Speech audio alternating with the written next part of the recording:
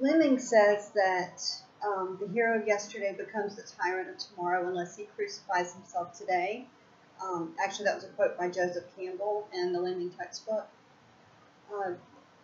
I think that this means that the hero or god or goddess must sacrifice themselves in order to bring forth prosperity to the land or to a people.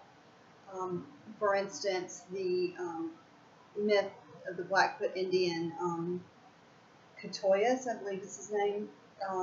He continuously had himself dismembered by man-eaters, witnessed by a young girl. And he told her repeatedly to throw his bones out to the dogs. Each time he did this, prosperity was brought back to the land. So sacrificing himself created a better environment, better prosperity for the Blackfoot Indian people.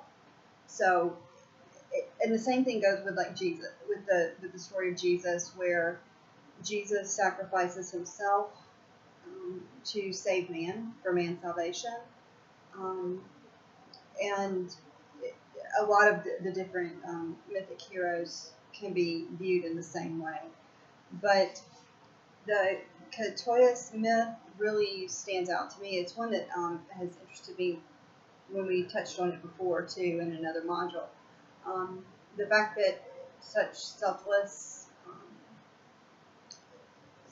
selflessness and willingness to cause oneself great pain or to give oneself over to violence, dismemberment for the betterment of a people is something that I find heroic. Also,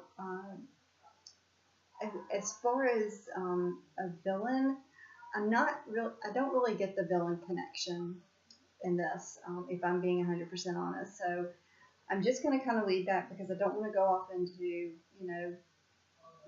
left field with that when I'm not really sure where the connection lies with that, unless it's if Catoyas chose not to sacrifice himself, death and destruction may have come to the Blackfoot Indian. That's really the only hero-villain connection that I can come with, that they become a hero through self-sacrifice, through dismemberment, whereas if they had not, they would be the villain because their people would suffer as a result.